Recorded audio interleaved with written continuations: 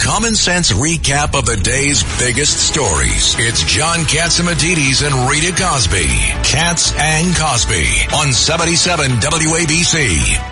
Now let's see if there's any sort of political earthquake going on. Let's go to the great pollster for President Trump, former President Trump, John McLaughlin. John, you've gotten some really interesting new polls after the debate. Fill us in. We haven't heard that many, so fill us in. No. Well, and by the way, I was on your show during the debate. So, I know.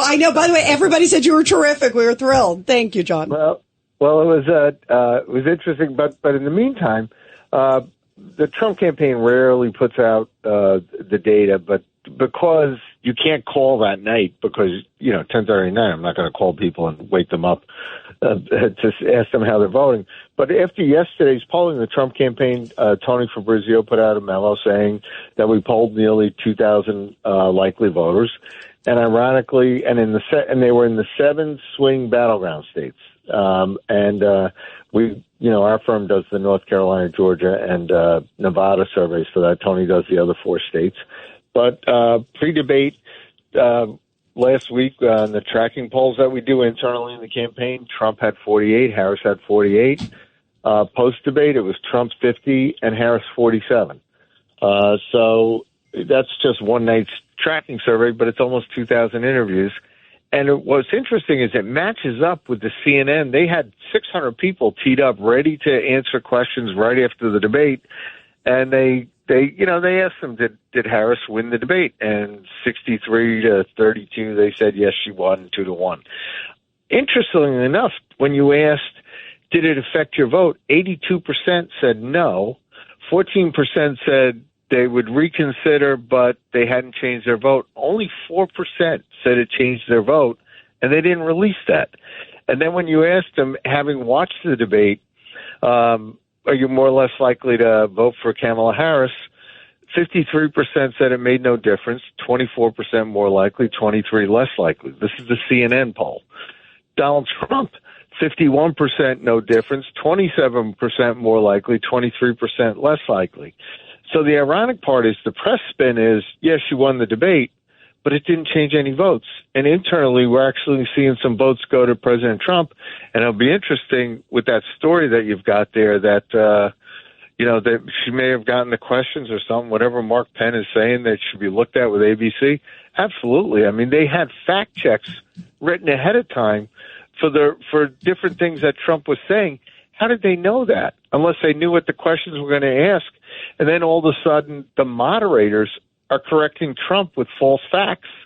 So there's a lot of questions that should be asked about what ABC did in that debate, especially knowing that when Trump went in there, the Media Research Center found that 100% of ABC's coverage for Harris since she's been picked has been positive, and 93% has been negative on Trump. You know what was interesting? John McLaughlin, you just triggered something because we were all live, covering it all.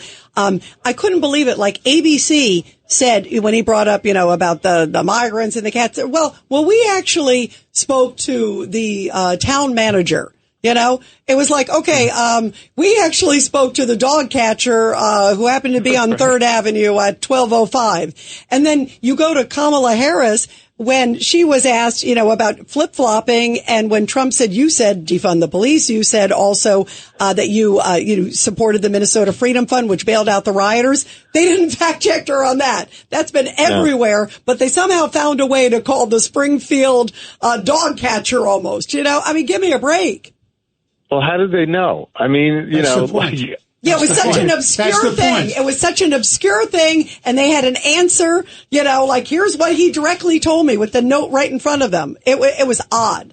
I didn't understand. Did they say they were calling him while the debate was on, or they had called before the debate started? They called before the debate started. They said it was a setup. Right. They had every single thing on him, and then yet there was something that was so obviously wrong by her. She is on video saying, I support the Minnesota Freedom Fund to bail out the rioters. We should keep supporting them. And they made tons of money. She's on video, clear as day saying it, but they couldn't fact check that. I've known that for over a year or two. Give me a break.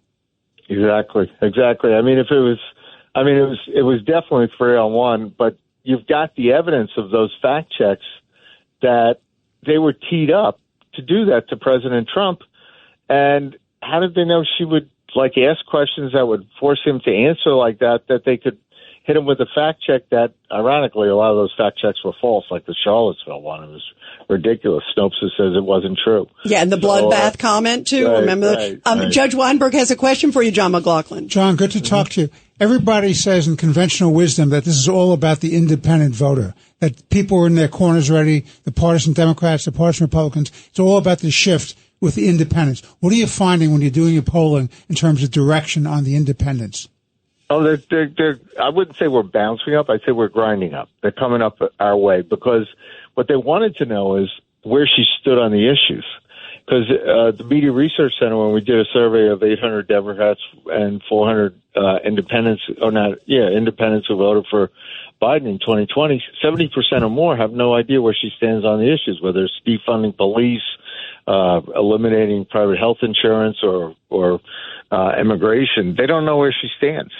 And they didn't see it in the debate. And if anything, President Trump was in opposition to her.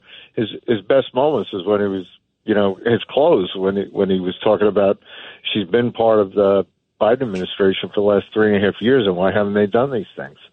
So people are still deciding this election based on issues and facts and how it helps them. And they didn't get those answers. She may have performed well. She may have been rehearsed really well. She may have even done a rehearsal with the ABC moderators, but it wasn't. It didn't enlighten people as far as the answers went. Yeah. So maybe they were involved for the last week of rehearsals. Here's what we're going to ask you. Here's right at the start, she dodged the biggest question, John, and that was how about the economy? Right. And she just didn't. That was her opening to actually fill in the blanks about her, and she didn't do it. And also the moderators did not follow up. They let her spin and dance and say, I would have said, you didn't answer the question. Because she clearly, I would have said that every time because she didn't answer the question. And it was a disservice to America, Ed Cox. Yeah. No, she did. Yeah. And that blank is still there. Yeah, absolutely. Governor Patterson. And that really was a question. I mean, going back to the 1980 debate with Ronald Reagan, every presidential campaign, every referendum on policy in a debate, in a debate year, that question comes up. And that was the first question. And they even used his term, are you better off now than you were 4 years ago?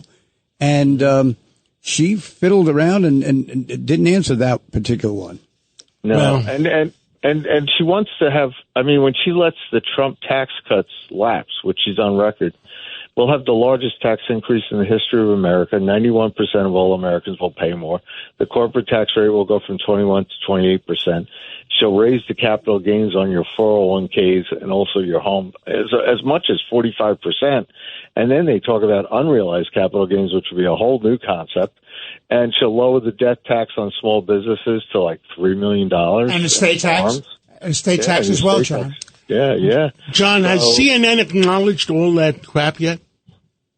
Has CNN acknowledged? Because they're the ones that put out the 33 and 1. Yeah, tell him the crap. Tell John the crap. CNN put out 5 minutes after it was over, and it was all over Europe, and I was interviewed by European television, and they hit me with it, that Donald Trump made 33 mistakes, 33 lies. Oh, right. And Kamala Harris only made one lie. Yeah, that's and the Trump campaign has put out statements very contradictory to that. So I'm thinking of about 20 right now, but go ahead. 22. There were 22 things that she said that weren't true. So I don't know. But does anybody watch CNN anymore?